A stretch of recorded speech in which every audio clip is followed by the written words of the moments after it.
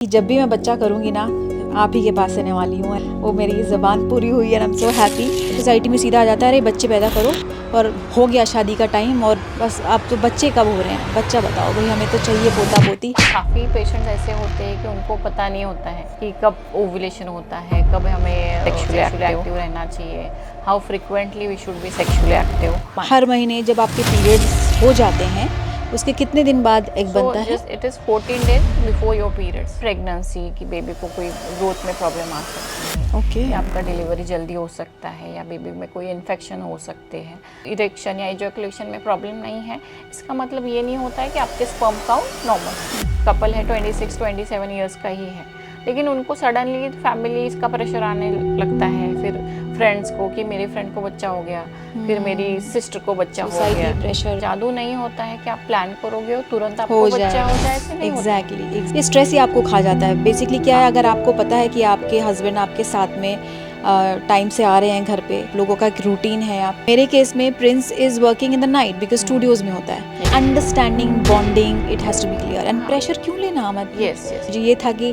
जब Prince ready होगा तब, क्योंकि मेंटल लेवल अगर आपका मैच नहीं हो रहा है तो आप रिस्पॉन्सिबिलिटी नहीं उठा पाओगे। मेरे और प्रिंस के केस में भी यही था कि जब प्रिंस रेडी होगा, एंड प्रिंस का हमेशा से सपना था कि पहले मेरे बच्चे के लिए इतना बड़ा घर हो, मेरा इतना बैंक बैलेंस हो कि मैं उसकी हर तरह की लाइफस्टाइल पूरी कर पाऊँ। अगर आप बच्चा प्लान कर रहे हैं तो सिर्फ ये औरत की ही जिम्मेदारी नहीं है, ये आपकी भी जिम्मेदारी है। Hello everyone, welcome back to my another podcast, and again आज हम करेंगे दिल से दिल की बात मेरे डॉक्टर के साथ, जिन्होंने मेरे सफ़र में साथ दिया है। और ये हैं मेरी डॉक्टर गाइनो।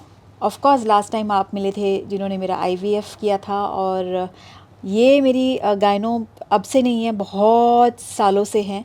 और इनकी मैं जितनी तारीफ़ करूं उतनी कम है, क्योंकि हर कदम पे अगेन मैंने आपको बोला कि मेरी ज़िंदगी में कुछ ऐसे अच्छे लोग आए हैं जिन्होंने हर कदम पे मेरा साथ दिया है। जब मैंने फ़ोन लगाया है, मेरी हर तरीके से हेल्प की है।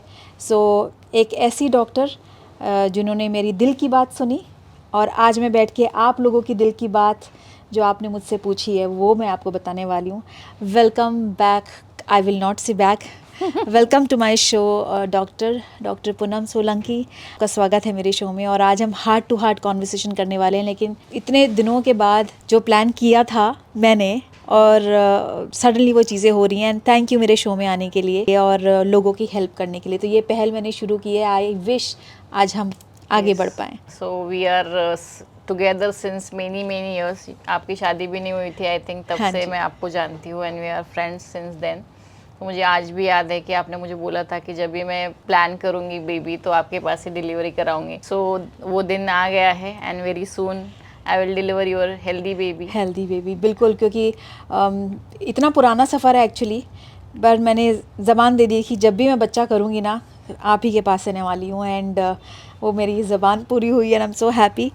और कहते हैं ना कि आपकी फैमिली बन जाती हैं आपकी ज़िंदगी में। डॉक्टर्स, आपके रिश्ते कुछ ऐसे बन जाते हैं कि आपको लगता ही नहीं है, और वो इसलिए बनते हैं कि दोनों तरफ से अगर आप ईमानदार रहते हो, मैं ईमानदारी से अपनी सारी चीज़ बताती हूँ, वो ईमानदारी से मुझे हर वक्त मेरे लिए खड़ी रहती हैं, तो ये रिश्ता आपका बढ़ता चला जाता है टाइम के साथ। सो मैं आज उसी टॉपिक के बारे में बात करने वाली हूँ। तो doctor, back to the point, एक मेन पॉइंट पे आते हैं। लोगों के जो सवाल मुझसे पूछे हैं कि प्रेगनेंसी बेसिकली आप कैसे शुरुआत करें, आप अगर यंग हो या थोड़ी बड़ी एज में हो, लोगों को पता ही नहीं है कि इसकी शुरुआत कैसे करनी चाहिए, या फिर क्योंकि सोसाइटी में सीधा आ जाता है, अरे बच्चे पैदा करो और हो गया शादी का टाइम, और बस अब तो बच्चे कब हो रहे हैं, बच्चा बताओ भाई, हमें तो चाहिए पोता पोती।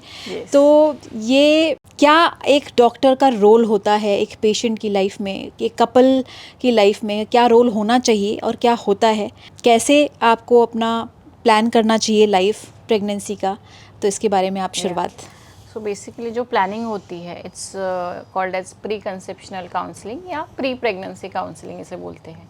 कि शादी होने के बाद if you are planning for a baby you should visit a doctor. फिर डॉक्टर के पास जाके आपको कुछ जो भी आपके सवाल हैं या कुछ टेस्ट करने चाहिए। सो काफ़ी पेशेंट्स ऐसे होते हैं कि उनको पता नहीं होता है कि कब ओव्यूलेशन होता है, कब हमें सेक्सुअली एक्टिव रहना चाहिए, how frequently we should be sexually active. So ये काफ़ी सारे सवाल उनके दिमाग में होते हैं, और क्या वैक्सीनेशन करना चाहिए, क्या मेडिसिन लेने चाहिए, how the health should be, So diet basically कैसी होनी चाहिए। हम तो छोटे छोटे सवालों से शुरू ही कर देते हैं। ओवुलेशन एक्चुअली बेसिकली सबको ही पता है ये, बट अगर नहीं भी पता ओवुलेशन है क्या, एक बार आप सबको बता सो दीजिए। ओव्यूलेशन एक मेन चीज़ होती है, like in female there is release of one egg, कि एग बनता है हर महीने में। So there is only one egg in full month. हर महीने जब आपके पीरियड्स हो जाते हैं उसके कितने दिन बाद एग सो बनता है? Just it is 14 days before your periods. अगर आपकी एक्सपेक्टेड डेट है पीरियड्स की 30, तो आपका ओवुलेशन होगा 15, 13 या 14 या 15th डे को। So if you divide your periods, और ये भी है जिनके पीरियड्स रेगुलर हैं उनमें ही हम प्रेडिक्ट कर सकते हैं कि आपका ओवुलेशन कब हो रहा है। कब हो रहा है? ओके अगर आपका ओवुलेशन होता है तो ही आपको पीरियड्स आते हैं, एंड इफ़ यू कंसीव तो आपको पीरियड्स नहीं आते हैं। सो जैसे पेशेंट्स होते हैं उनके इरेगुलर पीरियड्स होते हैं, तो दैट मीन्स आपका ओवुलेशन हो नहीं रहा है, या फिर वो टाइम पे नहीं हो रहा है, या डिलेड होता है। अगर ओवुलेशन लेट हो रहा है या हो ही नहीं रहा है तो आपको प्रेगनेंसी करने में प्रॉब्लम फेस होगा। सॉरी, अगर आपका ओवुलेशन नहीं हो रहा है तो आपको पीरियड्स टाइम पे नहीं आएंगे, लेट आएंगे, या you might skip your period for 1.5 month, कभी कभी 2 महीने नहीं आते हैं। So it is all related to your hormonal imbalance. Most commonest सबको पता है PCOD. So that is one thing which affects your ovulation. So अगर आपकी पीरियड्स नॉर्मल है तो आपका ओवुलेशन टाइम पे हो रहा है। So you can predict your date of ovulation in mid of cycle. तो आप कैलेंडर पे मार्क कर सकते हो कि पहले 10 दिन, मिडल वाले 10 दिन, and last 10 days. So if you are staying together, there is no need of any planning. So if you are having regular intercourse, जैसे आपका हफ्ते में 2 या 3 बार you are sexually active with the husband, then आपका natural conception is very easy. But अगर आप साथ में नहीं रह पा रहे हो बाय एनी चांस, जैसे आपके जॉब के टाइमिंग्स लाइफस्टाइल बहुत डिफरेंट है, लाइफस्टाइल अलग है, किसी का नाइट शिफ्ट है या फिर किसी का डे में फुल ऑक्यूपाइड है, या you sometime it's like the husband is doing job in some other place, so you are meeting only once और ट्वाइस इन अ मंथ। तो ऐसे भी कपल्स होते हैं। So in that couple we can ask them to have a plan intercourse, जिससे हम plan pregnancy के time पे कर सकते हैं। तो आप ओवुलेशन के टाइम पे प्लान कर सकते हो। जैसे आपके मिडल ऑफ 10 days है, दे आर फर्टाइल, तो उस हिसाब से आप 13, 14 या 15th डे पे आपका अगर इंटरकोर्स होता है वंस और ट्वाइस भी, तो देर आर हाई चांसेस कि आप कंसीव कर पाओ। Only high chances. Yes. कितनी बार होता है आप प्लान करते हो फिर भी आपका रिजल्ट पॉजिटिव नहीं आता, और फिर लोग सोचते हैं ऐसा क्यों हो रहा है, कोई प्रॉब्लम भी नहीं है, और इसके बारे में आप डिस्कस करना चाहेंगे? उसके लिए हमें, जैसे हम बात कर रहे थे कि हमें प्री कंसेप्शनल काउंसलिंग जिसमें करना है, तो अगर आप डॉक्टर के पास जाओगे तो हम बेसिक टेस्ट पे कपल को बोलते हैं कि आपका हेल्थ कैसा है। मोस्टली हम कभी कोई टेस्ट करते नहीं, बिकॉज यंग एज में we don't face any problem.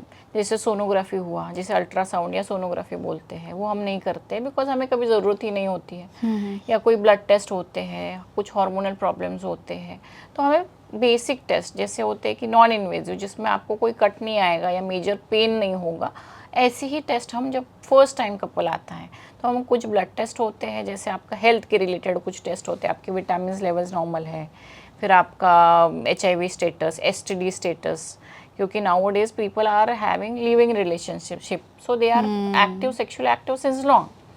तो ऐसे भी होता है, sometime you do have a multiple sexual तो उससे आपको लिटरली पता चल जाता है कि if you have multiple partners, वो भी एक रीज़न है कि आप को ये प्रॉब्लम देता है आपकी प्रेगनेंसी में। That can give you problem in conceiving, और that can give you problem in pregnancy, कि बेबी को कोई ग्रोथ में प्रॉब्लम आ सकती है, या आपका डिलीवरी जल्दी हो सकता है, या बेबी में कोई इन्फेक्शन हो सकते हैं।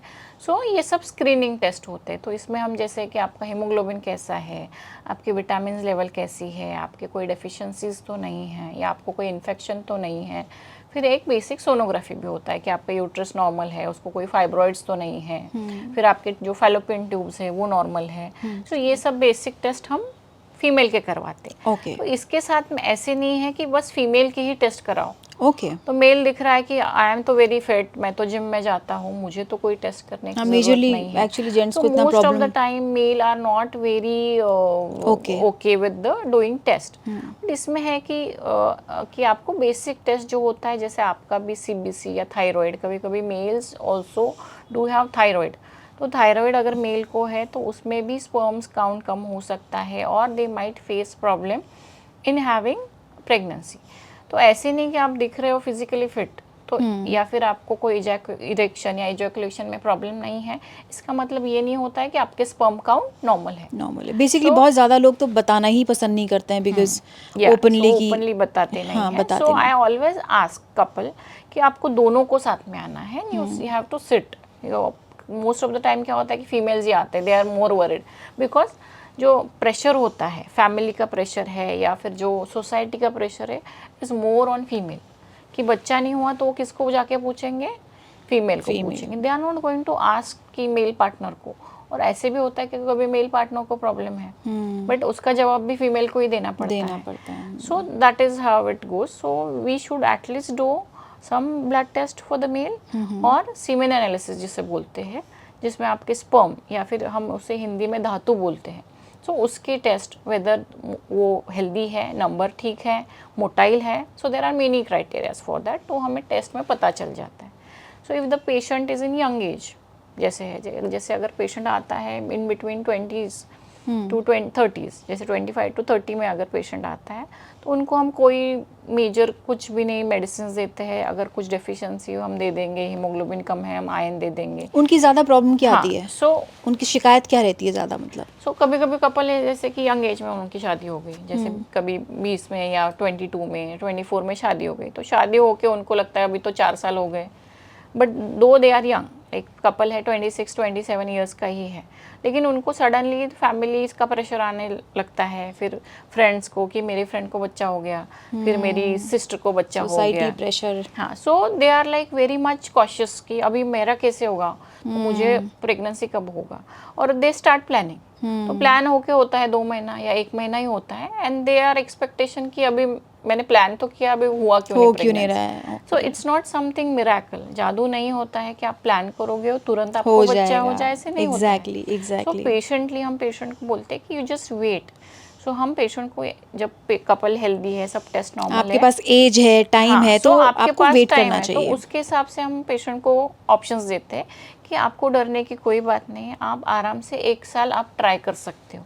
तो you should give at least complete 1 year, जिसमें आप बस आपको कॉन्ट्रासेप्शन यूज़ नहीं करना है, हेल्दी लाइफस्टाइल यूज़ करना है, और even if you do not follow ovulation तो भी चलेगा, बिकॉज अननेसेसरीली वो स्ट्रेस ऐड करता है कि नहीं आज मेरा ओवुलेशन है तो Too much हस्बैंड of को, planning is also तो not आप good. कहीं हो तो नहीं मुझे तो घर पे ही रहना है, फिर हस्बैंड को भी मेरे साथ ही रहना है, and they will just plan there sex. तो वी आर नॉट मशीन नहीं है ना कि जब चाहिए तैयार हो जाओ। प्रेशर बहुत ज़्यादा रहता है। ऐसे केसेस में इनफैक्ट अगर रिजल्ट आना भी होता है नॉर्मली, तो भी बिकॉज ऑफ स्ट्रेस रिजल्ट्स आते नहीं हैं। ये स्ट्रेस ही आपको खा जाता है बेसिकली। क्या है, अगर आपको पता है कि आपके हस्बैंड आपके साथ में टाइम से आ रहे हैं घर पे, टाइम से आप लोगों का एक रूटीन है, आप रहते हो साथ में, ना कि ये क्योंकि कुछ लोगों की प्रॉब्लम होती है कि हस्बैंड का काम रात का रहता है। लाइक मेरे केस में Prince is working in the night because studios में होता है, और मेरा डे का काम रहता है। तो इसलिए मैंने एक पॉइंट पे आके डिसाइड किया कि मुझे अपना काम छोड़ना पड़ेगा अगर मुझे अपना शादी में एक वो इंजॉय करना है, अपने पार्टनर के साथ रह के एक नाइस क्वालिटी टाइम स्पेंड करना है। अदरवाइज मैं दिन में एक्टिंग करती रहती, कहीं और फ्लाई करती रहती, और प्रिंस का काम जो मेजर रात को है। तो ये होता है कि आपका कपल का जो बॉन्डिंग है, that is most important. Understanding, bonding, it has to be clear. And pressure क्यों लेना? यस। सो बच्चा होना या इम्पोर्टेंट है, बट बच्चा होगा because we have lot of options now, the science is so advance.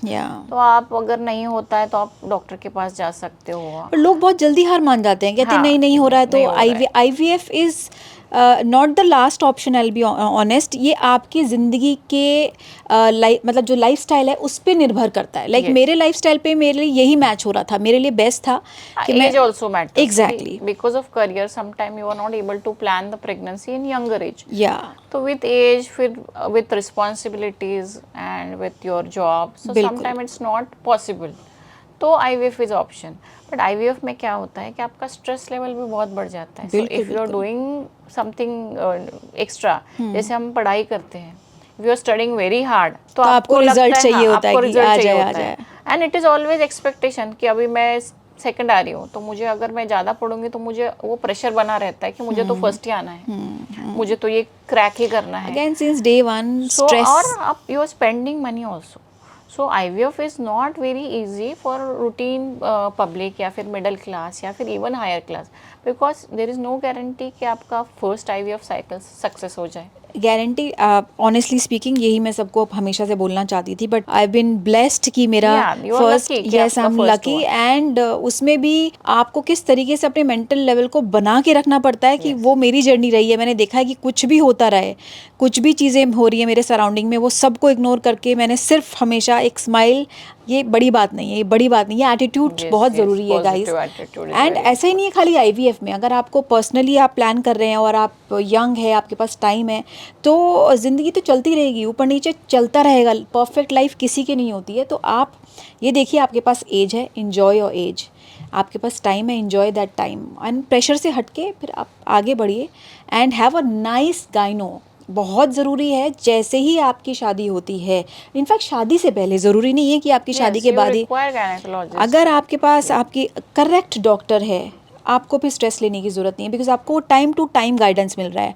हमारी सोसाइटी में लिटरली मैंने भी काफ़ी लेट आपसे, अकॉर्डिंग टू माय एज, मैंने काफ़ी लेट आपसे कनेक्ट किया। Yes. जो चीज़ मुझे बहुत कम एज से करनी चाहिए थी, लेकिन अगेन नॉलेज देने वाला कोई नहीं था। Knowledge, career, so lot of things are there. Exactly. हाँ, सब आ So जाता we are है। back to but I could remember जब आपकी शादी होने ही वाली थी, तब मैंने बोला था जैसे ही शादी कर लोगी Viveka, you are to plan baby, I don't know, wait. I know, but फिर कुछ ना कुछ यू नो, हाँ, so हो ही जाता है अगेन कि- you always want to have your partner around you, and हमेशा आपकी अकेले की जर्नी नहीं होती है। तो मुझे ये था कि जब प्रिंस रेडी होगा तब दैट इज वेरी इंपॉर्टेंट कि अगर आप फिजिकली मेंटली प्रिपेयर्ड नहीं इट इज़ हो, अबाउट टू पीपल, तो नॉट अबाउट प्रेगनेंसी वन। करना is not easy, because it's not the job of 9 months। 9 month का नहीं, ये लाइफ टाइम जॉब है। And guys I have to tell you again, आपकी अकेले की जर्नी नहीं है ये। आप भले ही आपका पार्टनर आपके साथ लाइफ में बिजी है, आप मदरहुड की लाइफ में बिजी हो जाते हो, बट फिर भी आप साथ होते हो,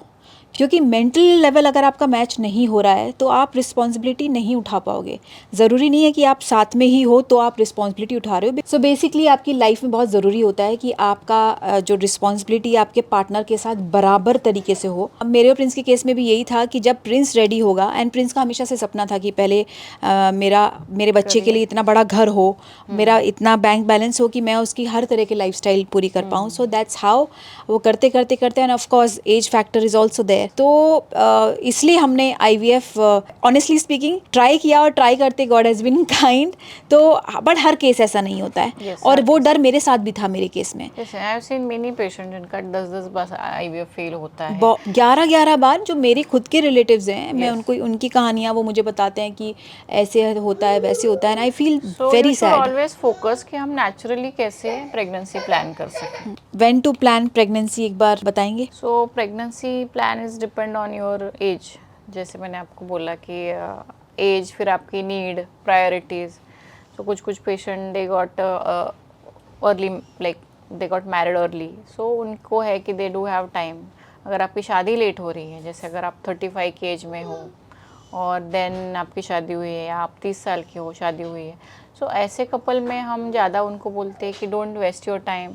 फिर आप 2-3 साल करियर में स्पेंड कर दोगे तो आपका ऑलरेडी एज 35 है, आप तो जो 38। 35 से ऊपर लोग हैं वो I feel कि है नेचुरल ट्राई करें या ना करें? दे शुड ट्राई, बट जैसे मैंने बोला कि 1 साल आप ट्राई कर सकते हो। अगर आप, दैट इज़ द क्राइटेरिया कि हम इनफर्टिलिटी लेबल कब करेंगे, कि अगर आप 1 साल ट्राई कर रहे हो, लाइक और आपका लाइफस्टाइल है वैसा, आप रिलैक्स्ड हो, और अगर आप 1 साल ट्राई कर रहे हो तो possible और है। उसके बाद अगर आप फेल होते हो कंसीव होने में, तो ही हम उसको कोई प्रॉब्लम है या तो ये कैसे पता infertility- चलेगा आप कितनी बार फेल हुए? वो मतलब होता है अंदाजा लगे यार इतनी नहीं, बार। जैसे आपने प्लान किया, suppose you are at the age of 24 and you are planning, so हम कपल को बोलते हैं कि चलो आप 1 साल ट्राई करो, हम बेसिक टेस्ट कर लेते हैं, सब नॉर्मल है, 1 साल ट्राई करो। तो 1 साल आपको देखना है, ऐसे नहीं कि आपने प्लान किया दूसरे महीने में तुरंत कंसीव हुआ, ऐसे नहीं होता है। कभी 2 महीने लगेंगे, कभी 1 महीना लगेगा, कभी कभी फर्स्ट स्टेज में ही हो जाता है कुछ कपल को, कुछ कपल को 1 ईयर भी लगता है, कभी कभी 1.5 ईयर भी लगता है। लेकिन इसमें रहता है कि आपको प्रेशर कितना आ रहा है, आप स्ट्रेस कितना ले रहे हो। इफ़ यू आर रिलैक्स्ड, आपकी एज कम है तो आप 2 साल भी ले सकते हो, नो प्रॉब्लम। अगर मैंने बोला है कि सब टेस्ट नॉर्मल है, सब ठीक है, तो वेट करो। लेकिन अगर आपकी एज ज़्यादा है, जैसे मैंने बोला कि अगर आपकी एज 30 के ऊपर है, तो हम उनको बोलेंगे 1 साल ट्राई करो, नहीं होता है तुरंत आ जाओ, टेस्ट करेंगे, तुरंत मेडिसिन स्टार्ट कर देंगे। So you have to take steps. तो स्टेप्स होते हैं इसमें। अगर पेशेंट 35 की एज में है, शादी कर ली और आते हैं कि हम क्या कब बेबी प्लान करें, so you do not have time. तो आपको तुरंत प्लान करना है, कोई प्लानिंग नहीं होना चाहिए, करियर नहीं होना चाहिए, और टू आपको सब छोड़ छाड़ के एक ही चीज पे पहला एम फोकस है कि करना चाहिए। आपको बेबी करना है। और उसमें भी है कि मैं तब उनको कपल को नहीं बोलूँगी कि आप 1 साल देखो आराम से, नहीं, क्योंकि ऑलरेडी आपके फर्टिलिटी कम होती है, आपकी क्वालिटी ऑफ एग कम होती है, नंबर ऑफ एग कम हो जाते हैं। तो आपको ठीक है कि नेचुरली आप 3 महीना या मैक्स 6 महीना, उससे ज़्यादा हम आपको टाइम नहीं दे सकते। एक्चुअली वेस्ट भी नहीं करना चाहिए हाँ, टाइम। तो आपका ऑलरेडी आपके पास टाइम नहीं है, आपके एग्स हर महीने में जैसे आपका एक वेस्ट हो रहा है if you are not conceiving, तो जब भी आपको एक पीरियड आता है तो चलो आपका एक अंडा चला गया है, that is how it goes.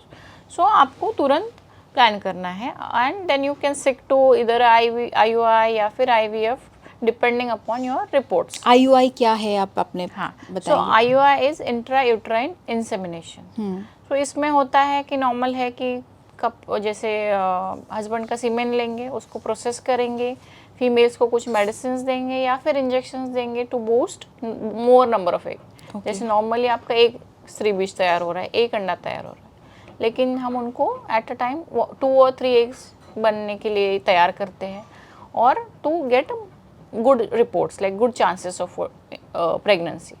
तो फिर हम सीमेन लेंगे, उसको प्रोसेस करेंगे and then we push that semen inside the uterus, तो सीधा यूट्रस के अंदर जाता है।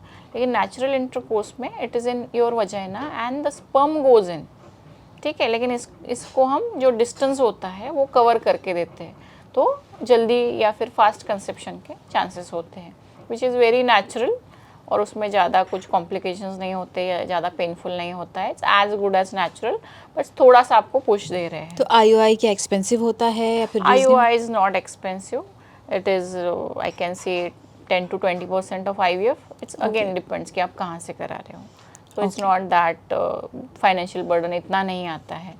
सो अगर आप 5 IUI साइकिल कर लेते हो, इसमें भी होता है कि अगर आपने ट्रीटमेंट स्टार्ट किया, सपोज एनी गायनेकोलॉजिस्ट के पास में आपको बेबी नहीं हुआ, तो हम 5 से 6 साइकिल आपको मेडिसिन देंगे, उसके बाद आपको गैप लेना चाहिए, नहीं तो you will land up in having adverse effect of those medicine. क्या इफेक्ट होता है उनका? उसे हाइपर स्टिमुलेशन बोलते हैं कि आपके जो हम एक साइकिल में 3-3, 4-4 एग्स बना रहे हैं, तो और नहीं कंसीव हो रहा है, तो you are wasting those number of egg, ठीक है।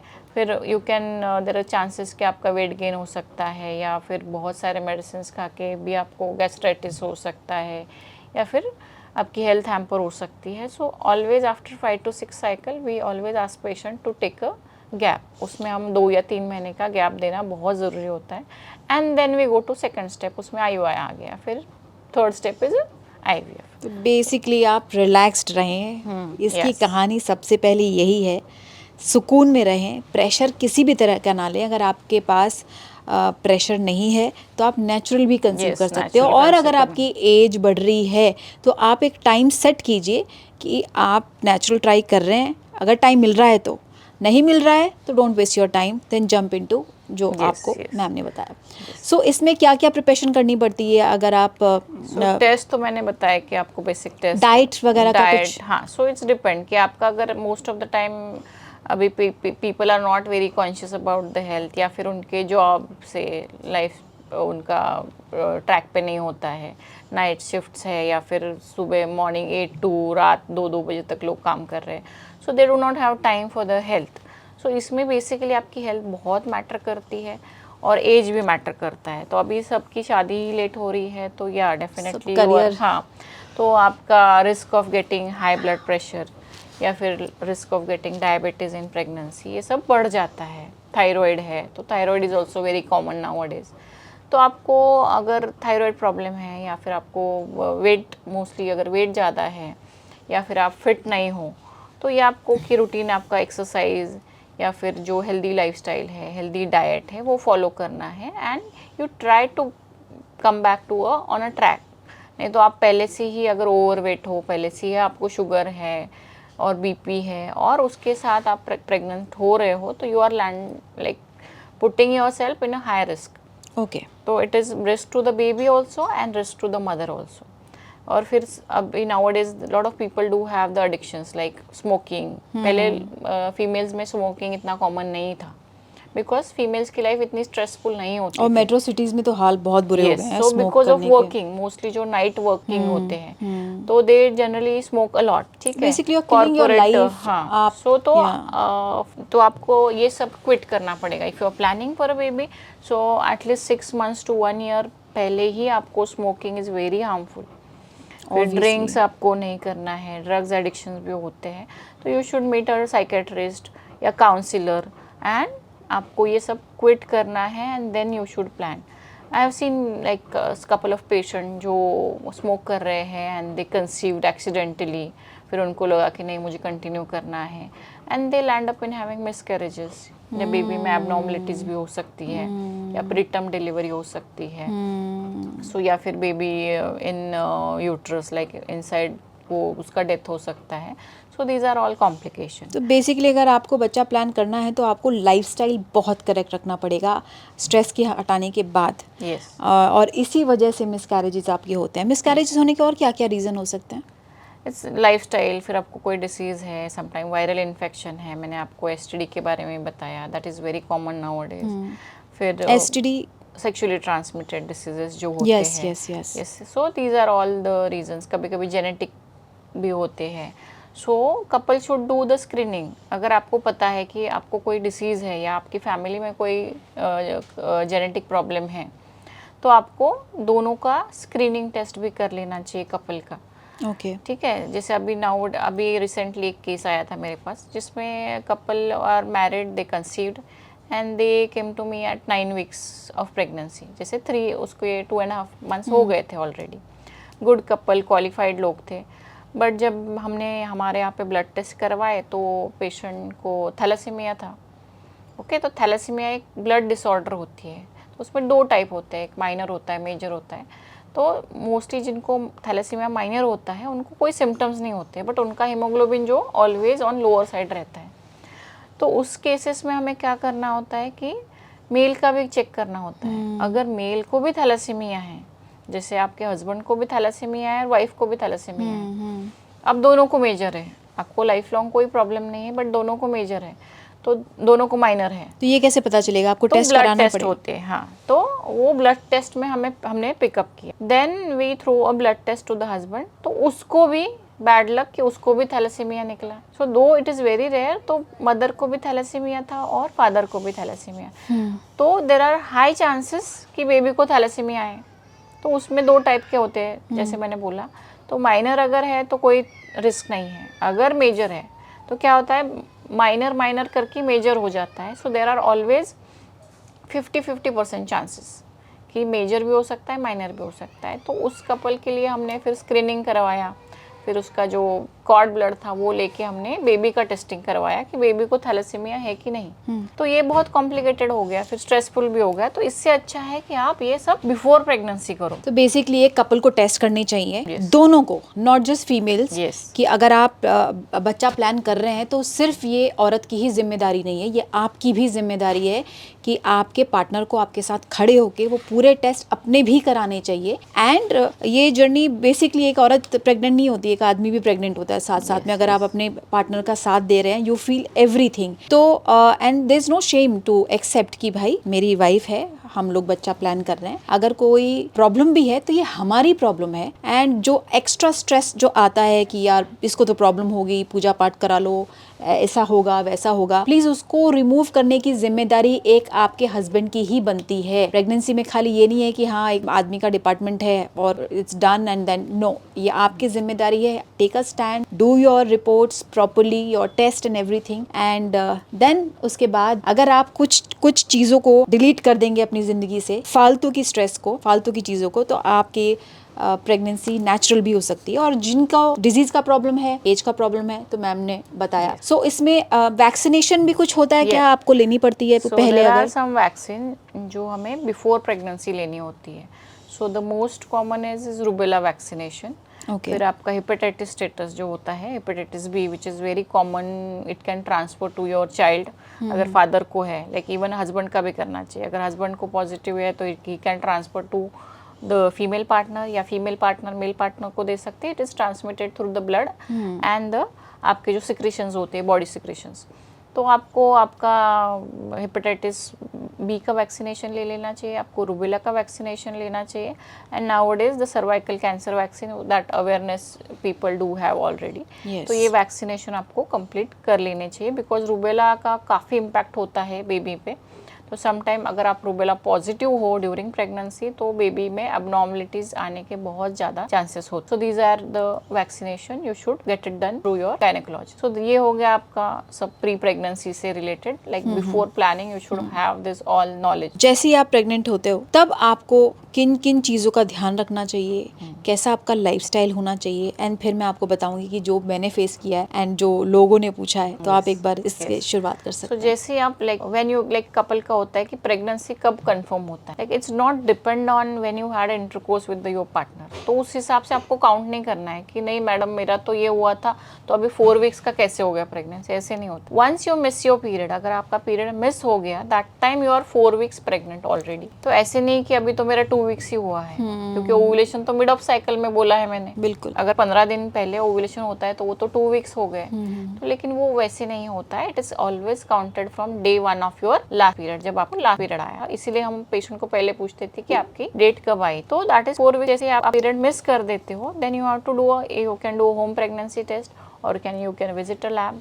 अगर होम प्रेगनेंसी टेस्ट पॉजिटिव है तो you should immediately meet a doctor, because some time there are complication, जैसे एक्टोपिक प्रेगनेंसी होता है, ट्यूबल प्रेगनेंसी होता है। तो ऐसे नहीं है कि डॉक्टर के पास जाओगे तो बहुत सारे टेस्ट लिख के देगा। एक्टोपिक प्रेगनेंसी क्या होता है? Ectopic pregnancy means pregnancy which is not at the correct position, जिसे प्रेगनेंसी को जहाँ होना चाहिए उसे होना चाहिए यूट्रस, तो होता है यूट्रस के बाहर। ओके।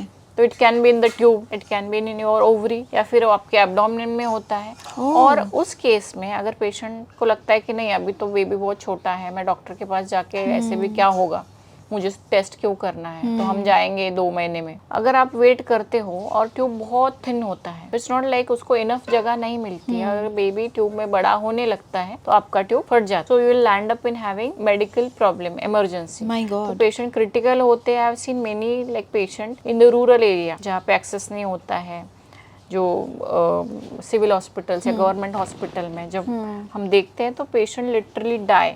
ओके, सो पूरा पेट में ब्लड भर जाता है। सो इसीलिए first sonography is very important. और उसमें अगर आप जा रहे हो डॉक्टर के पास तो वो आपको बताएंगे कि आपको तुरंत करना है, depending they will do your examination. So mostly first sonography हम 6 to 8 वीक्स में करते हैं, जैसे 1.5 मंथ और 2 मंथ्स के बीच में। अगर उसके पहले अगर पेशेंट को एब्डोमिनल पेन है, बहुत ज़्यादा दर्द हो रहा है पेट में, या आपको चक्कर आ रहे हैं, या फिर बहुत ज़्यादा क्रैम्प्स है, अनबेरेबल पेन है, देन इमीडिएटली सोनोग्राफी होता है। ठीक है, तो that is you should visit a doctor and get done your sonography. और आपकी जैसे ही हार्ट बीट्स बेबी के कब आते हैं, ये एक कॉमन क्वेश्चन होता है लोगों का कि अभी मैं हम फ्रेंड्स में बताए क्या हमारा जैसे टेस्ट पॉजिटिव आता है, पीपल आर एक्साइटेड। एग्जैक्टली। तो they want to share with parents या फिर फ्रेंड्स।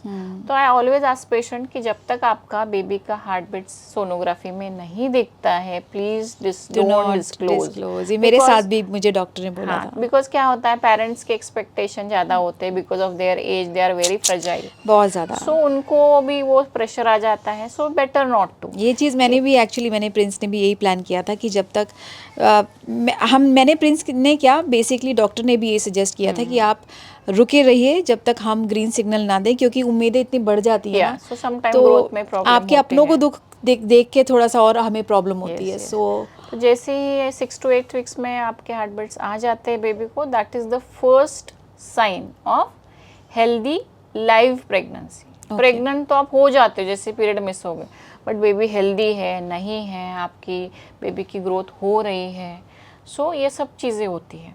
तो आपको उस हिसाब से 6 to 8 वीक्स तक वेट करना है। सोनोग्राफी में हार्ट बीट्स आ जाएगी, then disclose to your parents और friends whoever you want to. और ये जो होता है ये फर्स्ट सोनोग्राफी होता है। तो उसके बाद में अगेन आपको ब्लड टेस्ट करना है। तो पेशेंट बोलते हैं मैडम मैंने तो अभी ब्लड टेस्ट करवाए थे 6 महीने पहले, ये नहीं चलेंगे। तो नहीं, वो नहीं चलेंगे, बिकॉज इन प्रेगनेंसी आपके सब चेंज हो जाता है बॉडी। आपका हीमोग्लोबिन डाउन हो सकता है because there is a condition called as haemodilution. आपका जो ब्लड है वो एक्सपांड हो जाता है, थिन हो जाता है, डाइल्यूट हो जाता है, तो आपका हीमोग्लोबिन लो हो सकता है। आपको पहले थायराइड नहीं था तो थायराइड आ सकता है। Exactly. And if we are not doing thyroid immediately whence you are pregnant, तो थायराइड का बेबी की ग्रोथ में काफ़ी ज़्यादा उसका इम्पैक्ट होता है। अगर आप प्रॉपरली मेडिसिन नहीं लोगे थायराइड की तो बेबी का आईक्यू भी कम हो सकता है। और हीमोग्लोबिन से भी फर्क पड़ता है? हीमोग्लोबिन से बेबी को आपको you will feel weak, giddy, आपको चक्कर आएंगे। और आपके जो प्रेगनेंसी के सिम्टम है बेसिकली वीक पेशेंट्स में ज़्यादा होते हैं, चक्कर आना, ज़्यादा उल्टी होना। तो अगर आपका न्यूट्रिशनल वैल्यू अच्छा नहीं है तो आपको उल्टियाँ ज़्यादा होगी या सिकनेस ज़्यादा फील होगा। सो ये सब चीज़ें होती है और बेबी को भी इनफ ऑक्सीजन नहीं मिलेगा बिकॉज हीमोग्लोबिन का काम है कि ऑक्सीजन देना। बॉडी में कुछ रुकता ही नहीं है, सबकी अपनी प्रेगनेंसी होती है। मेरी प्रेगनेंसी में शुरुआत से ही मैं वॉमिट इतना कर रही हूँ डॉक्टर कि स्टमक में कुछ जाता है, बाहर आ जाता है, लेकिन मैं भी हिम्मत नहीं हारती हूँ। जैसे ही वॉमिट करके थोड़े टाइम बाद फिर मैं भले थोड़ा खाऊं फिर से खाती हूँ कि हाँ, ये चीज़ मैंने मेंटेन रखी है कि कोई बात नहीं, अगर मैंने खाया है वो सब बाहर आ चुका है और अभी बाहर आया है। आफ्टर 5-10 मिनट्स मुझे बॉडी में पता है कि यार मुझे कुछ ना कुछ चाहिए। और ऐसा नहीं कि मैं नहीं खा पाऊंगी, ये चीज़ नहीं, कुछ भी पर जाना चाहिए। ये जो होता है जैसे पेशेंट्स आते हैं हमारे पास कि डॉक्टर मुझे उल्टी हो रही है, मुझे चक्कर आ रही है, मुझे नींद आ रही है, मुझे डिप्रेस्ड लग रहा है। So it is a part of it. Exactly. हम उसे बंद नहीं कर सकते हैं। और सबके अपने अपने सिम्टम्स होते हैं। लाइक मुझे वॉमिट का, आपको ये हो रहा है दैट मीन्स बच्चा अच्छा है। अगर आपको उल्टी हो रही है, चक्कर आ रही है, प्रेगनेंसी के सिम्टम्स है, दैट मीन्स सब बॉडी में सही चल रहा है। Nice. Yes, so your hormones are actually that is why मैं अपनी प्रेगनेंसी में मैंने पूरे टाइम में अपने आप को यही बोला है, ये बड़ा नॉर्मल है, कोई बड़ी बात नहीं है। बल्कि जो आप पे बीती आपकी बॉडी को पता होता है। और हालांकि मेरी पर्सनल ज़िंदगी में आई हेट वॉमिटिंग, मतलब आप मुझे लूज मोशंस लग जाए वो चलेगा, लेकिन कहते ना इट्स एग्जैक्टली, तो अंदर भी नहीं जाता है और बाहर नहीं आता, जब तो बाहर ये आएगा मुझे तो वर्स्ट अच्छा और ये मुझे फोबिया था। वो कहते हैं ना जिस चीज़ को मना करो आपकी ज़िंदगी में होता ही होता है। बट एनीवेज, बट हर वही मेंटल लेवल अपना करेक्ट रखते हुए कि कोई बड़ी बात नहीं है यार, कोई बड़ी बात नहीं है, कौन सी बड़ी बात है, निकल जाएगा। बहुत सारे लोगों को कुछ और प्रॉब्लम होती है, जैसे मैंने अपर्णा में देखा कि अपर्णा की प्रेगनेंसी में खुजली बहुत होती थी।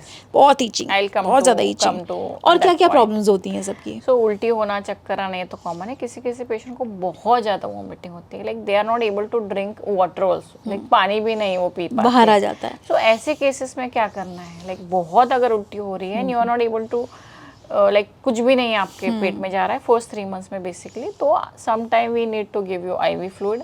आपको कुछ भी नहीं खाने को दिया जाता है। आपको 48 hours you are on only glucose, dextrose ही देते हैं। जो मुझे डॉक्टर ने बोला, बहुत टाइम से बोला कि IV ले लो, लेकिन जब तक मैं पूरी चरण सीमा पे नहीं आया ना तब तक मैंने कहा नहीं चल जाएगा, मैं हूँ ना, मैं कर लूँगी। और मुझे लेना ही पड़ा। ऐसे केस में हम IV दे देते हैं पेशेंट को एंड पेशेंट सेटल डाउन। लेकिन ये सब फिजियोलॉजिकल चेंजेस है, तो इसमें हम क्या कर मीन्स ज़्यादा स्ट्रॉन्ग जो एंटीएमेटिक होते हैं, जैसे मोस्टली सबको पता है पैंडी। सो पैंडी के बारे में आपने बताया। मुझे पूरी प्रेगनेंसी आपने शुरुआत में बोल दिया था पैंडी एसिडिटी, बट मैंने क्या किया, मैंने कोशिश, लकीली आपने मुझे दवाइयाँ बहुत कम दी हैं। और मैं कंसल्ट करती थी एक तरफ अपने IVF के डॉक्टर से और फिर मैं अपने यहाँ पे डॉक्टर पूनम से, दोनों को साथ लेके चलती थी।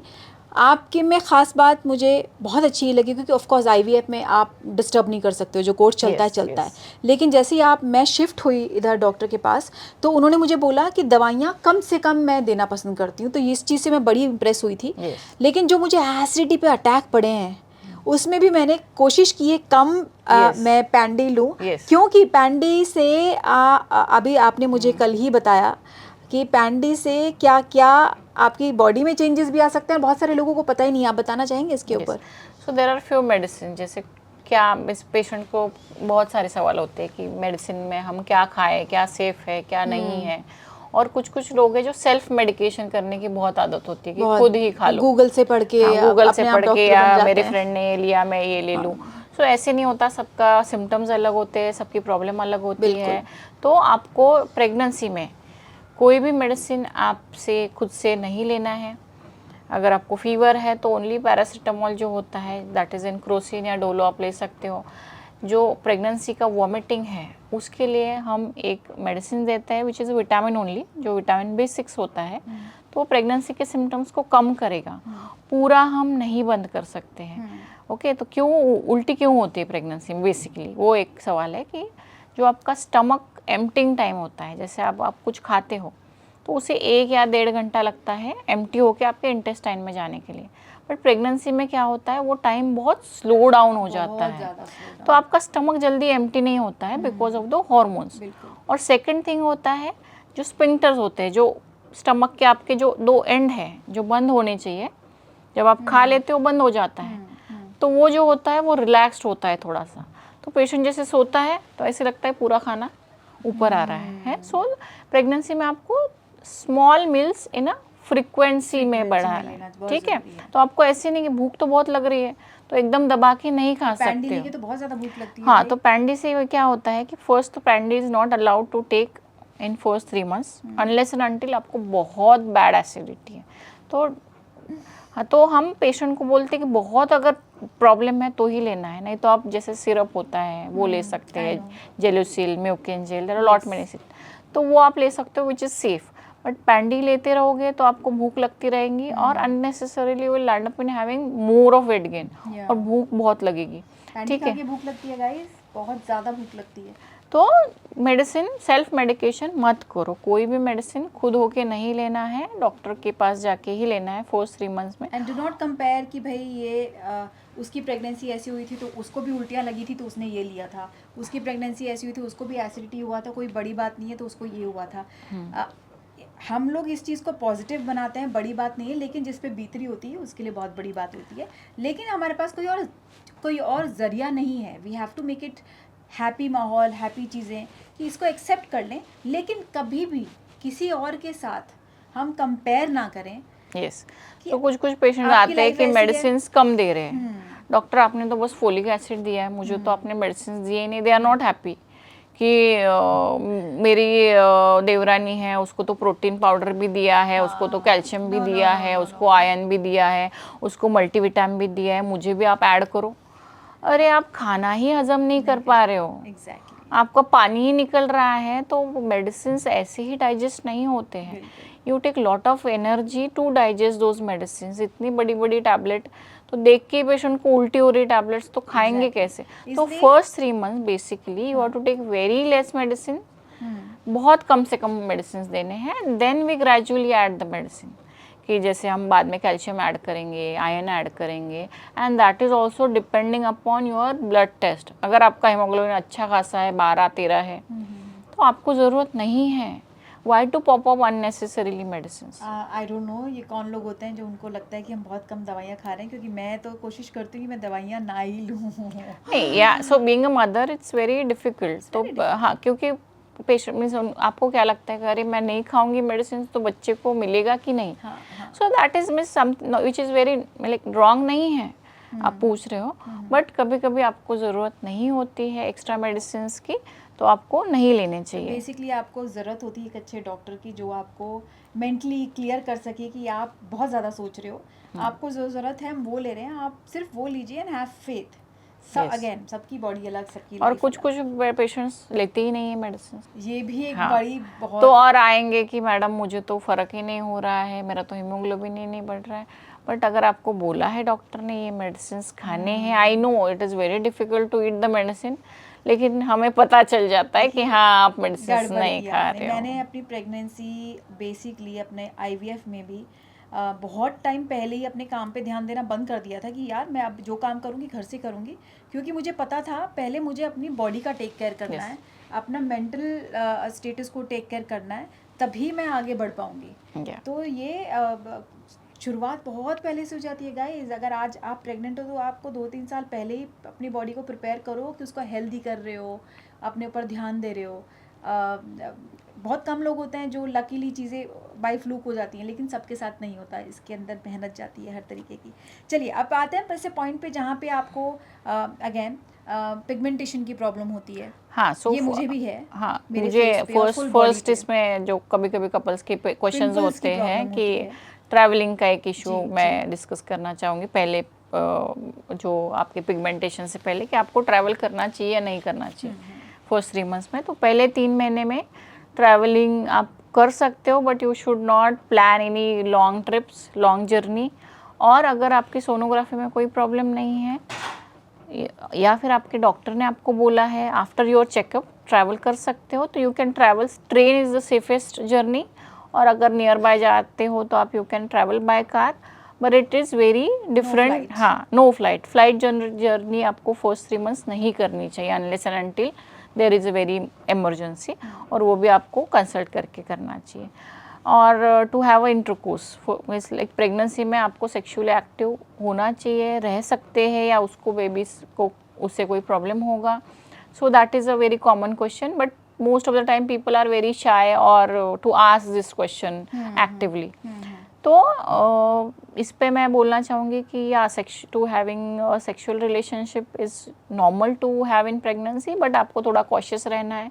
बट कभी कभी सोनोग्राफी में लगता है, आता है कि अंदर ब्लीडिंग है या कोई प्रॉब्लम है, तो ऐसे केसेस में आपका गायनेकोलॉजिस्ट आपको बोलेगा कि आपको स्ट्रिक्ट बेड रेस्ट है या फिर आपको सेक्सुअली एक्टिव आप नहीं रह सकते हो, तो you have to follow those. But there is as such major कोई प्रॉब्लम नहीं होता है, you can be sexually active in your pregnancy. See first 3 months थोड़े क्रुशियल होते हैं unless and until you consult a doctor first. तो first trimester में तो थोड़ा अवॉइड करना चाहिए। अगर बेबी हेल्दी है तो you can have it, but you have to be very careful कि आपको ज़्यादा जर्क्स नहीं लगने चाहिए या फिर it should not be very harsh.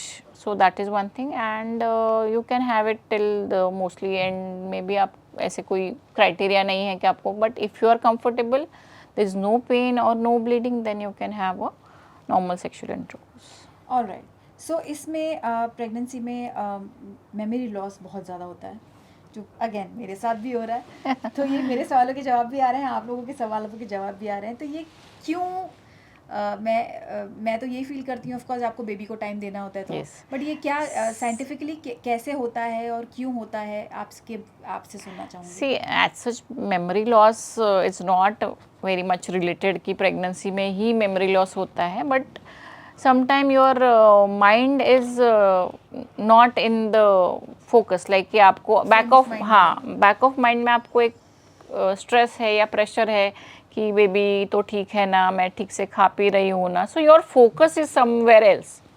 तो आप हर चीज़ पे ध्यान नहीं दे पा रहे हो। फिर आपको मेडिसिन खाने हैं, डॉक्टर के अपॉइंटमेंट्स होते हैं, फिर आपको टाइम पे कंसल्ट करना है, मेरा ये सोनोग्राफी बाकी है। मैं so basically too much, your mind is too much stressed, उसकी वजह से हाँ। So your is again your working, आप शूट भी करते हो in between, so that is how your mind is too much pre occupied with the things.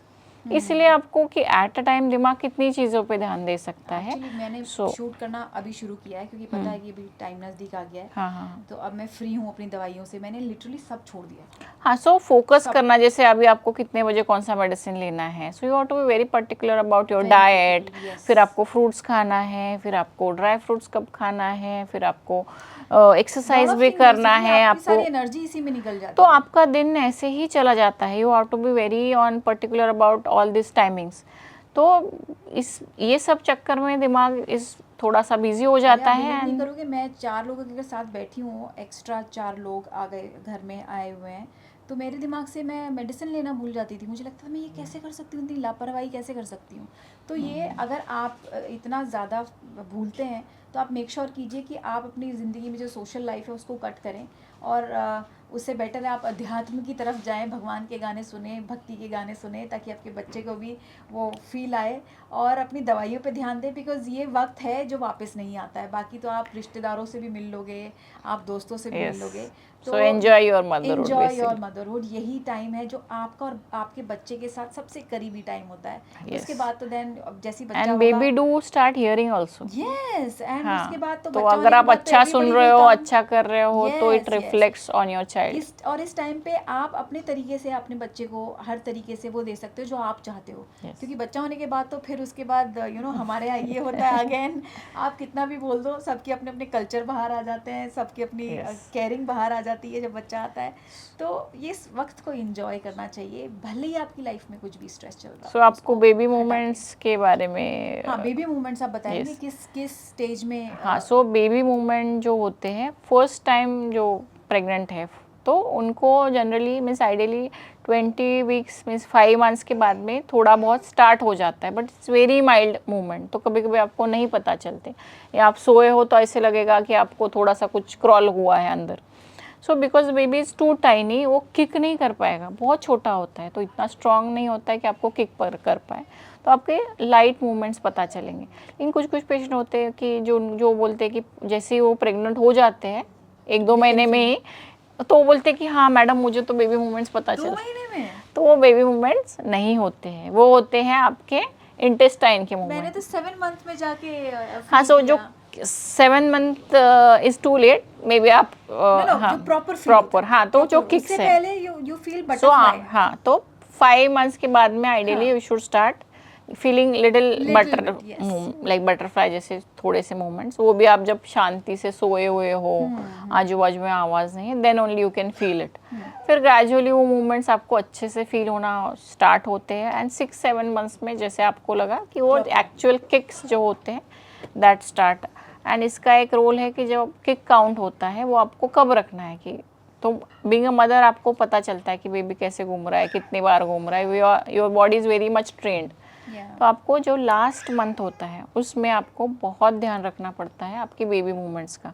Because I am not there full time आपके baby के heart beat सुनने के लिए, मैं नहीं हूँ आपके साथ. तो आप कैसे रखोगे ध्यान कि बच्चा ठीक है कि नहीं. तो आपको बेबी के मूवमेंट्स पे ध्यान रखना है. अगर आपको कुछ भी लगता है कि बेबी का मूवमेंट्स कम है तो you should coordinate with your doctor. So this is all in pregnancy. फिर आप स्ट्रेच मार्क्स एंड पिगमेंटेशन के बारे में पूछ रहे थे. स्ट्रेच मार्क्स का आप स्ट्रेच मार्क्स के बारे में बताइए. हाँ, कि सो बहुत ज़्यादा पिगमेंटेशन होता है, स्ट्रेच मार्क्स भी होते हैं, and it's depend on your skin type. अगर किसी का स्किन बहुत सेंसिटिव है या पिगमेंटेशन पहले से ही आपको ज़्यादा है, या फिर आप your allergic to sun rays, then आपको पिगमेंटेशन ज़्यादा हो सकते हैं. मेरी पूरी बॉडी पे है. अभी जितना टाइम बढ़ता जा रहा है पूरी बॉडी पे. सो डोंट वरी, मैं आपको बता रही हूँ, don't worry about the pigmentation. जैसे ही आप डिलीवर हो जाओगे, जैसे ही आपके हॉर्मोन्स बैक टू नॉर्मल आएंगे, आपके पिगमेंटेशन सब चले जाएंगे. तो उसके लिए आपको बेसिकली कुछ करने की ज़रूरत नहीं है या कोई ट्रीटमेंट लेने की ज़रूरत नहीं है. बिकॉज आपके मेलानोसाइट्स जो मेलानिन पिगमेंटेशन के सेल्स होते हैं वो थोड़े एक्टिव हो जाते हैं बिकॉज ऑफ हॉर्मोन्स. सबके साथ होता है. ये सबके साथ होता है, किसी को बहुत ज़्यादा होता है, किसी को कम होता है. पर ये होता है. यस. जो आपके स्टमक में भी एक लाइन आती है बड़ी सी ब्लैक कलर की, इवन आपके अंडर आर्म्स या फिर आपके जो ग्रोइन हैं या फोल्ड्स हैं, वहाँ पे आपको पिगमेंटेशन पता चलता है. या फिर जो and it is more in obese patient में काफ़ी होता है कि नेक पे भी डार्कनेस होता है. अगर आप डायबिटिक हो तो ज़्यादा आएंगे, पीसीओडी हो तो आपको ज़्यादा आएंगे. सो कभी कभी पेशेंट को पिंपल्स भी आते हैं, एक्ने जो लाइफ में कभी नहीं आते हैं. हाँ, सो लाइफ लॉन्ग कभी एक्ने आए नहीं लेकिन प्रेगनेंसी में आ गए, ऐसे होता है. So it is all related to hormone and don't worry, you will be back to normal. अगर आप हेल्दी लाइफस्टाइल फॉलो करोगे, आफ्टर डिलीवरी आप एक्सरसाइज और गुड फूड खाओगे. सो कितने टाइम में आप एक्सरसाइज शुरू कर सकते हो अगर आप नेचुरली डिलीवर कर रहे हो बेबी को, डिलीवरी आपकी हो रही है? Exercise is very important before pregnancy, during pregnancy and after pregnancy also. So it has to be a part of your life exercise जो होती है. ठीक है, तो ऐसे नहीं कि प्रेगनेंसी में मुझे बेड रेस्ट बोला है. तो yes, there are some patient जिनको कोई प्रॉब्लम है, जैसे मेडिकल कोई प्रॉब्लम है या ब्लीडिंग हुआ है प्रेगनेंसी में, या आपका प्लेसेंटा जो है नीचे है, आपको बार बार ब्लीडिंग हो रहा है. इन दैट केसेस आपको अगर स्ट्रिक्टली बोला है कि आपको एक्सरसाइज नहीं करना है, देन या you do not have to do exercise. But otherwise if the pregnancy is healthy, आप फिट हो, तो आपको रेगुलरली एक्सरसाइज करना है. बिकॉज आपका वेट गेन हो रहा है, आपका टमी आगे आ रहा है, तो you need to be very strong to hold that weight of your baby. ठीक है, क्योंकि आपको फिर लोअर बैक पेन स्टार्ट होता है, फिर मैं तो कैल्शियम भी खा रही हूँ डॉक्टर, मैं तो विटामिन डी भी ले रही हूँ, फिर भी मुझे बैक पेन क्यों हो रहा है? सो मेडिसिन लेके आपका पेन नहीं जाएगा। बेसिकली आपकी जो मसल्स है ना वो इतनी वीक हो चुकी होती हैं, जब तक आप उन पे पर्टिकुलरली नहीं काम करोगे, आपकी बॉडी के पार्ट्स में वो मसल नहीं मजबूत बनाओगे, तब तक आपका पेन नहीं जाने वाला। आप पूरी ज़िंदगी पेन किलर पे रह सकते हैं। लकीली मैं एज ऑफ 19-20 की एज से मैं अपना एक्सरसाइज कर रही हूँ, Yeah, एंड उस so- चीज़ ने मुझे बहुत हेल्प किया है कि मैंने थैंक गॉड इतने कम एज से जिमिंग शुरू कर दिया था, भले हाफ एन आवर के लिए, 45 मिनट्स के Yes, लिए, yes. लेकिन आज मुझे पता चलता है कि वो चीज़ मुझे आज हेल्प कर रही है। काश मैं डाइट पे थोड़ा और ध्यान रख पाती अपना, it's your लेकिन fault. ये छोटी छोटी चीज़ें होती हैं। लाइफस्टाइल, अगर आप इस चीज़ पे कायम रहें, अच्छी हाँ, लाइफस्टाइल सेकेंडली स्ट्रेच मार्क्स का जो हम बोल रहे थे कि Yeah. Stretch marks is again inevitable, means वो होने ही वाला है, but it is again on depend on your skin type, आपका वेट गेन कितना हो रहा है। अगर आपका वेट गेन बहुत ज़्यादा है तो डेफिनेटली जैसे आप प्लास्टिक में अगर पानी भरोगे वो खींचता जाता है, या बलून में, तो वो स्ट्रेच होगा। तो स्ट्रेच मार्क्स इसीलिए उसको बोलते हैं because your skin is getting stretched. तो स्किन स्ट्रेच होगी तो वो वहाँ पे लाइंस आ जाते हैं, so they are stretch marks. तो उसमें होता है कि आपका हाइड्रेशन अच्छा होना चाहिए, आपके जो विटामिन लेवल है वो अच्छे होने चाहिए। सेकेंडली आपका skin hydration is has to be very good.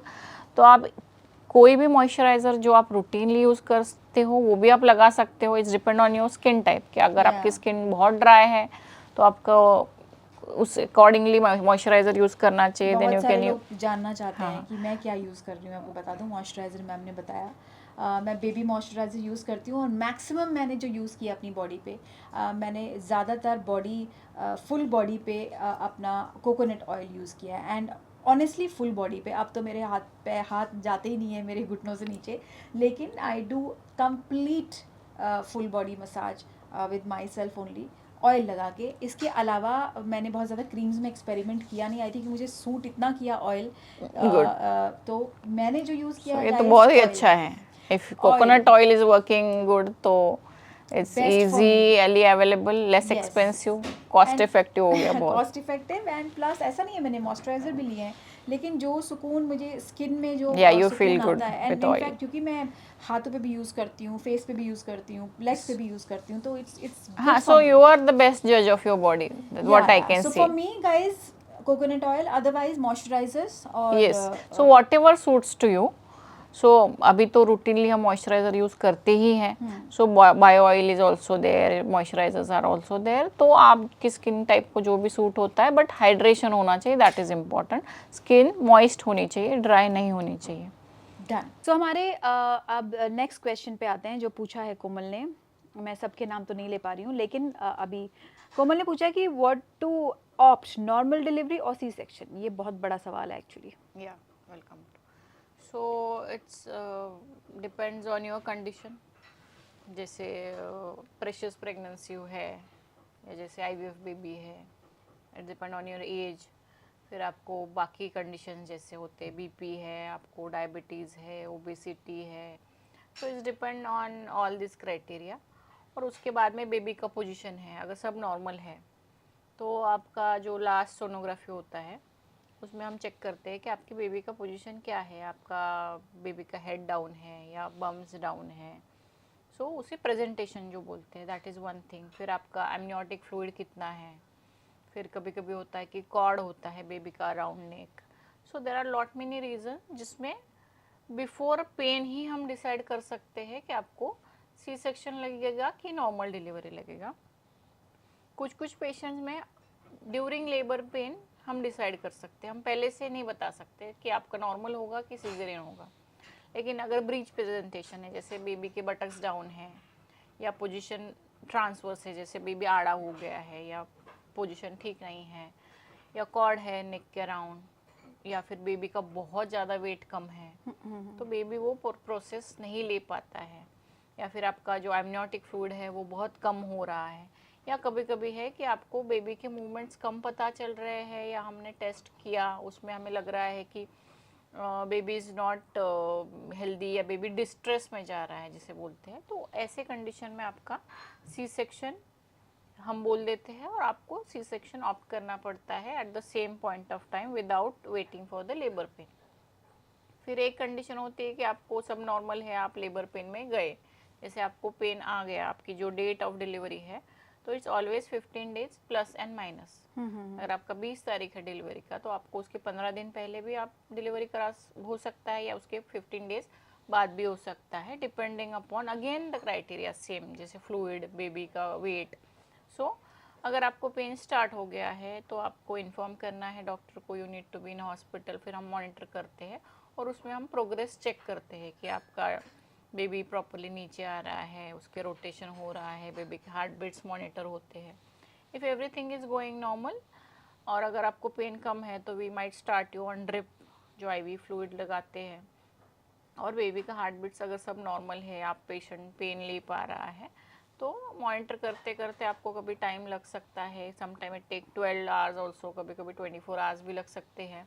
ठीक है, it's again depend on patient का पेन थ्रेशोल्ड कितना है, बेबी का वेट कितना है, मदर की हाइट कितनी है, आपका पेल्विक बोन, सो बहुत सारे ये होते हैं। ओके। ठीक है, and it is more from the patient sides कि आप उतनी स्ट्रेंथ होनी चाहिए, आपका पेन थ्रेशोल्ड अच्छा होना चाहिए टू टेक दैट पेन।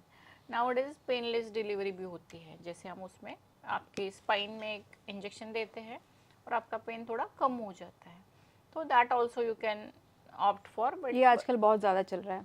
हाँ, जिसे पेनलेस डिलीवरी, बट पेनलेस नहीं होती है, पेन थोड़ा कम हो सकता है। अगर पेनलेस होती है तो बेबी नीचे आएगा ही नहीं, बिकॉज पेशेंट पुश कब करता है, जब आपको पेन होता है तो ही आप पुश करते हो। तो अगर बहुत पेन हमने कम कर दिया तो पेशेंट के एफर्ट्स लाइक नील हो जाते हैं, जीरो हो जाते हैं, और आपका नॉर्मल डिलीवरी होने के chances gonna vary so. Out of ऑफ 10 कितना % पेन रहता है आफ्टर इंजेक्शन देने के बाद भी? इंजेक्शन देने के बाद हम का बहुत पूरा कम नहीं कर सकते, but it can be a 30% less और 20% लेस। बहुत ज़्यादा कम नहीं हो सकता है और नहीं करना होता है, आइडियली हम नहीं कर सकते, because it's not good for baby and mother. ठीक है, बिकॉज आपको पेन पता नहीं चलेगा, आप पुश नहीं करोगे। सो गाइस खाली 20 to 30% पेन लेस होता है अगर आप इंजेक्शन के लिए भी जा रहे हैं। सो आई थिंक नॉर्मल डिलीवरी के लिए अगर आप जा रहे हैं तो बी प्रिपेयर्ड। आई थिंक जितना आप दिमाग को अपने तैयार करके जाओगे तो वो हाँ, बेहतर सो यू रहेगा। नीड टू बी स्ट्रांग, और ऐसे नहीं you do get that energy या फिर उतना स्टेमिना आ जाता है, नेचुरली गॉड गिफ्टेड होता है, आपकी नॉर्मल डिलीवरी हो सकती है, इट्स नॉट दैट डिफिकल्ट। और दोनों के प्लस एंड माइनस पॉइंट है, इसका पेन पहले है, सी सेक्शन का बाद में है, but always natural delivery prefer होनी चाहिए, because it's natural way. Naturally. ठीक है, that is created by God creation. और सी सेक्शन में कितना टाइम लगता है, वो कितना पेनफुल, बाद में कितना पेनफुल होता तो है? सी सेक्शन के अगेन जैसे मैंने बोला कि क्राइटेरियाज है, हम सी सेक्शन कब करेंगे, अगर बेबी का हार्ट बीट्स कम हो गया तो हम सी सेक्शन लेंगे। और उसमें है कि उसमें भी हम स्पाइनल एनेस्थीसिया होता है, एक जनरल होता है, तो मोस्टली हम स्पाइनल एनेस्थीसिया प्रेफर करते हैं नाउअडेज। पहले जनरल देते थे, पेशेंट पूरा बेहोश होके होता था और सी सेक्शन होता था, बट स्पाइनल क्यों देते हैं? ये पेशेंट कभी कभी लगता है कि अगर मेरे को स्पाइनल देंगे तो मेरी बैक में अगर आप निडल पंक्चर करोगे तो मुझे बैक पेन होगा। ऐसे बहुत सारे मिथ्स है कि नहीं उससे मेरा स्पाइन खराब होगा या बैक खराब होगा, मुझे लाइफ लॉन्ग पेन होता रहेगा। It's not like that. Mostly patient healthy नहीं होते, एक्सरसाइज नहीं करते हैं, वही मसल वीक होती है, तो वीक मसल। तो ये मिथ तो हटा दीजिए, आपके बैक में पेन इंजेक्शन की वजह से होता है। स्पाइनल से कुछ प्रॉब्लम नहीं होगा, डोंट वरी अबाउट। इंजेक्शन कितना पेनफुल होता है जो बैक में लगता है? Injection is very less painful, means just जैसे चींटी काटती है या कोई भी नॉर्मल इंजेक्शन जो आप लेते हो उस टाइप ऑफ पेन होता है। तो पहले वहाँ पे नीडल बड़ी होती है और उसकी बेबी नीडल लंबी होती है, it's quite long, it's 3 time और 4 times, because oh my God. आपके मसल से लेके स्पाइन में तो जाती क्या है। उस एरिया को भी हम नम करते हैं जब इंजेक्शन लगाते हैं? इनिशियली हाँ, तो जो स्किन होता है वो उसको पहले हम नम करते हैं विद नॉर्मल अपना जो इंजेक्शन होता है उससे, और उसके बाद में हम वो बड़ी नीडल डाल के आपको स्पाइनल देते हैं। तो उससे क्या होगा, आपका लोअर पोर्शन जो होता है वही आपका नम रहेगा, आपको पेन नहीं होगा, but you can hear the sound. Okay. Like you are completely conscious. You can hear the sound, or yeah, So- you can feel the process also little bit. Little bit pull और push you can feel, but आपको pen बिल्कुल भी नहीं होगा। So और हम आपको बेहोश नहीं करते, because you should be able to feel that process, baby की साउंड आपको फील होनी चाहिए। तो दैट मदर बॉन्डिंग जो होता है इमिडिएटली आफ्टर सी सेक्शन, हम बेबी को आपकी चेस्ट पे रखते हैं, तो ताकि आपको जो बेबी का फील है जिसे रूमिंग इन बोलते हैं, Yeah. तो वो आपको आना चाहिए, तो इमिडिएटली आपका लैक्टेशन के लिए वो हेल्प करता है, ठीक है। So it is good for mummy and baby also. So इसीलिए हम जनरल एनेस्थीसिया नहीं देते हैं, ताकि आपको तुरंत बेबी को फीड करना पॉसिबल हो पाए। और उसके बाद जो पेन होता है, आपने बोला डिलीवरी में नॉर्मल में पहले पेन होता है, सिजेरियन में सी सेक्शन में थोड़ा लेट पेन, वो कितने लेवल का पेन तो होता जैसे आपका एनेस्थीसिया जैसे वे ऑफ होता है, जैसे आप है जाता है? हाँ, तो body जैसे से। हमारा प्रोसीजर खत्म होता है, उसके बाद मे बी 1 और 2 आवर्स में आपका वो धीरे धीरे पेन, मीन्स ये जो एनेस्थीसिया का इफेक्ट है वो जाने लगता है, तो आपको थोड़ा थोड़ा पेन महसूस होना स्टार्ट 100 होता में है। से कितने परसेंट या 10 में से कितने परसेंट होता है? 30%, 40%, 50? ये आपके पर्सनल सवाल है, अभी Yuvika is very much worried no, about. Not just personal, ऐसे मेरे जैसे बहुत सारे लोग होंगे जो जानना चाहेंगे, जो मेरी कंडीशन में होंगे और जो आने वाले टाइम में Yes, yes. फिर वो डिसाइड कर सकते हैं आप कैसे ऑप्ट करें, हाँ, क्या तो चीज़ ऑप्ट करना सी चाहें। सेक्शन में है कि जैसे आपका एनेस्थीसिया का इफेक्ट जाने लगता है तो आपको पेन स्टार्ट होता है। सो बहुत अगर बेरेबल पेन है तो हम पेन किलर्स नहीं देते हैं ज़्यादा, because it's not good for you. तो मैं पेशेंट से बोलना चाहूँगी कि जितना आप बेयर कर पाते हो तो आप वो बेयर करो। अगर it's extreme then we start you on painkillers. तो हम मैंने बहुत सुना है कि आप जब फर्स्ट स्टेप रखते हो ऑपरेशन के बाद, वो आपकी दुनिया हिला देता है, इट्स वेरी पेनफुल। ये कितना सच है? इट्स अगेन डिपेंड, आप बॉडी पे डिपेंड करता है, फिर आपका सर्जरी कैसे हुआ है, सर्जन कौन था, हाउ लाइक कैसे परफॉर्म हुआ है सर्जरी, सो वो मैटर करता है। फिर आपकी बॉडी पे मैटर करता है, आपका पेन थ्रेशोल्ड पे मैटर करता है। बट अगर आप मुझसे पूछोगे तो हाँ पेन होता है, बट जब आप जैसे पोस्ट ऑपरेटिव आपको जितना जल्दी हो सके मोबाइल होना चाहिए, because there are other problem, जैसे ब्लड क्लॉट्स होते हैं या कोई उसके क्लॉट्स आपकी ब्रेन में लंग्स में जा सकते हैं। There are lot of complication अगर आप नहीं हिलोगे तो। ओके। तो आपको ideally you have to toss in a bed. जब आप 6-7 घंटे हो जाते हैं तो आप थोड़ा सा बेड में पैर हिला सकते हो। फिर आप जब कंफर्टेबल हो तो 8-9-10 घंटे के बाद आपको साइड पे टर्न होना है। उस टाइम आप कोई मेडिसिन नहीं ले सकते हैं, ब्लड थिनर वगैरह ऐसा कुछ नहीं ले सकते नहीं, हैं? तब हम बंद कर देते। Blood thinners are not like before delivery only. 1-2 हफ्ते पहले जैसे आप 36 वीक्स में ही आपके ब्लड थिनर्स बंद हो जाते हैं। ओके, बट क्या इसके साइड इफेक्ट होते हैं? No, really not. बट अगर आप एक्टिव हो फिजिकली तो आपके मसल्स जो होते हैं, मसल्स आर पंप बेसिकली। तो अगर आप लेटे हुए तो आपके पंप बंद है, तो पंपिंग नहीं हो पा रहा है, तो आपको डॉक्टर तुरंत आपको बोलेंगे कि हाँ आपको मोबाइल होना है। फिर आपको यूरिन में एक कैथेटर भी डालते हैं, ट्यूब डालते हैं for the Okay. Urine, because you can not move, तो आपको वो कैथेटर भी निकालना होता है। तो आपको नेक्स्ट डे हम विद सपोर्ट, तो हम धीरे धीरे आपको उठने के लिए इनकरेज करेंगे, will help you to get out of bed. और जितना आप जल्दी रिकवर हो पाओगे ऑन योर ओन, तो it's always better for you. कितना टाइम लगता है आपके स्टिचेस नॉर्मल होने में, या बॉडी टू बॉडी इफेक्ट पड़ता है ये? स्टिचेस तो हीलिंग हो जाता है विद इन अ वीक। और पेन को थोड़ा वो होने में pain normal? Gradually so first week to 10 days pain ज़्यादा होता है, पहले 1-2 दिन तो बहुत ज़्यादा होता है, फिर बाद में।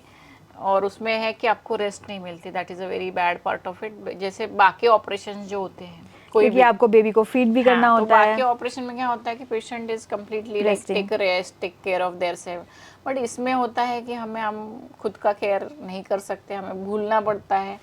स्टिचेस है, नॉर्मल डिलीवरी है, उसमें भी नीचे स्टिचेस आते हैं, तो भी आपको बैठना है और आपको बेबी को फीड करना ही होता है। बेसिकली ये प्रेगनेंसी की जर्नी आपकी बहुत ही स्मूथ वाली जर्नी होती है, भले ही आपके कितना भी स्ट्रेस में हो, कितनी भी प्रॉब्लम्स में हो, जो आने वाला जो टाइम है, बट बेबी असली को टाइम देख वो के आपका पेन कम हो जाएगा। I वो can तो that assure is you. Something, हाँ. या So, बट उस टाइम आप पेन के बारे में भूल जाओगे and you will start taking the baby. नहीं, मुझे बेबी को फीड करना है, मेरा बेबी भूखा तो नहीं है, उसको इनफ। तो that is how it goes. That's the beauty. मतलब बेसिकली सबकी हर कॉइन, हर सिक्के के ना दो पहलू होते हैं, साथ चलने वाले हैं। और आप अगेन एक बेटर साइड देखिए, खुशी देखिए आपकी लाइफ के सामने कितनी आई है, और फिर आप पेन को भी भूल जाओगे। Yes. So you will be back to normal soon after C-section also. Not a very हमारा दूसरा क्वेश्चन है, what to do if someone have PCOD and PCOS, are this problem serious, please advise. So first of all, the problem is not serious at all. It's not life threatening. It's not going to be there lifelong. But yeah, it's depend on your lifestyle and it is in your hand. Basically ये मेरे हाथ में भी नहीं है, doctor के हाथ में नहीं होता है PCOD PCOS. So it is basically there are two types of PCOD. एक होता है थिन पीसीओडी, जैसे नॉर्मल वेट है, सब नॉर्मल है, फिर भी पीसीओडी है. So that is your very, आपका लक अच्छा नहीं है. दैट मीन्स कि सब नॉर्मल होके भी आपको पीसीओडी, दैट इज़ आपकी बॉडी में ही कुछ प्रॉब्लम है. जैसे किसी किसी को थायराइड होता है, तो लोग पूछते हैं मुझे थायराइड क्यों हुआ. ठीक है, कुछ कुछ ओबीस पेशेंट होते हैं, फैट होते हैं, उनमें थायराइड होता है. कुछ कुछ नॉर्मल पेशेंट को भी उनको भी थायराइड थायराइड होता होता है. है. तो इट इज़ योर फिजियोलॉजी. ये आपकी बॉडी ही वैसी बनी है तो आपको थायराइड होने ही वाला है. So it's not much in your hand. लेकिन ओबीस पीसीओडी वाले लोग होते हैं वो लकी होते हैं, because it's their fault okay. कि आपका लाइफस्टाइल हेल्दी नहीं है, आपका वेट गेन है. तो इट्स अ विशियस साइकिल कि आपका वेट गेन होगा, आपको पीसीओडी होगा, और पीसीओडी होता है तो और वेट गेन होता है बिकॉज ऑफ हार्मोनल इम्बैलेंस. तो how to break that cycle कि अभी मेरा वेट गेन तो होता ही जा रहा है और पीसीओडी कैसे कम होगा. So you have to consult a doctor, gynaecologist. And फिर आपको जो हार्मोनल टेस्ट होते हैं पीसीओडी से रिलेटेड वो करने चाहिए. अगर उसमें कुछ एबनॉर्मलिटी, आपको थायराइड है या आपका प्रोलैक्टिन हाई है या आपके दूसरे हार्मोन्स में गड़बड़ है, अकॉर्डिंगली आपको ट्रीटमेंट स्टार्ट करना है. एंड मीनवाइल आपको 6 months to 1 year टाइम लगता है to go back to normal. उस जो टाइम में आपको लाइफस्टाइल पे ध्यान रखना है, वेट लॉस करना है, जंक फूड नहीं खाना है, एक्सरसाइज करना है. And don't focus on weight loss, because फिर से आ गया स्ट्रेस. तो टेंशन नहीं लेना है. That is the first thing I tell to my patients कि स्ट्रेस मत लो किसी भी चीज़ का, and give yourself time. तो अगर आपका 90 किलो वेट है तो एक दिन में तो आप 60 kgs के नहीं हो पाओगे. तो ठीक है, अगर आपका एक महीने में 1 भी किलो वजन कम हो रहा है, कुछ तो प्रोग्रेस हो रही है. या फिर आपका वजन कम भी नहीं हो रहा है but you are doing it, तो एटलीस्ट आपको करना है. ऐसे भी नहीं कि अभी हो नहीं रहा है गिव अप करके खा रहे हो, ऐसे नहीं है. But don't give up. And उसमें है कि आपको पेशेंटली और वो छोड़ना नहीं है. Like you have to be very जो कांस्टेंट उस पे लगे रहना है कि नहीं मुझे करना है. That is the part of it. ठीक है. ऑलराइट, सो हमारा नेक्स्ट क्वेश्चन है, my doctor asked me to stop taking ghee fresh juice in the 3rd trimester. Why? So this question is a little difficult to answer because I don't know why the doctor has not told her not to take ghee and juices. There is nothing such things जो contraindicated है घी या fruits या fruit juice, fresh juice तो nothing. But as patient को मैंने देखा नहीं है तो I cannot comment. But maybe उनको throat problem हो सकती है, या फिर उनका weight problem हो सकता है, या उनको sugar हो सकती है, या फिर कोलेस्ट्रॉल हो सकता है. So there are lot many things. उनको देख के या उनके ब्लड रिपोर्ट्स देख के आपके डॉक्टर ने आपको ये बोला होगा, बिकॉज अदरवाइज ज्योति आपके डॉक्टर को ज़्यादा पता होगा कि अगर मेरे डॉक्टर के पास रिपोर्ट होती तो वो डेफिनेटली बता देता. That is about not just one thing, आपकी बॉडी में कुछ और भी चीज़ें हो सकती हैं. So there are lot many things. तो हम ऐसे नहीं बोल सकते कि गलत बोल दिया है. सो आई नीड टू सी कि व्हाट इज अ प्रॉब्लम और क्यों बोला है. उस प्रॉब्लम के रूट तक जाना है. हाँ, ओके. कौन से टेस्ट किए जाएं प्रेगनेंसी से पहले? ओके, सो हम आते हैं अब हीमोग्लोबिन के ऊपर. तो एक हमारे फॉलोअर ने पूछा है हीमोग्लोबिन के बारे में, क्या खाना चाहिए, क्या खाना चाहिए और क्या करना चाहिए. सो आप इसके बारे में ज़रा. सो अगर आपका हीमोग्लोबिन नॉर्मल है फर्स्ट 6 months में या 3 months में, लेकिन देर इज़ ऑलवेज चांस कि आप सेम मेडिसिन खा रहे हो बट आपका हीमोग्लोबिन फिर भी ड्रॉप हो रहा है इन लास्ट ट्राइमेस्टर, जो लास्ट के 3 months होते हैं. Because baby is big.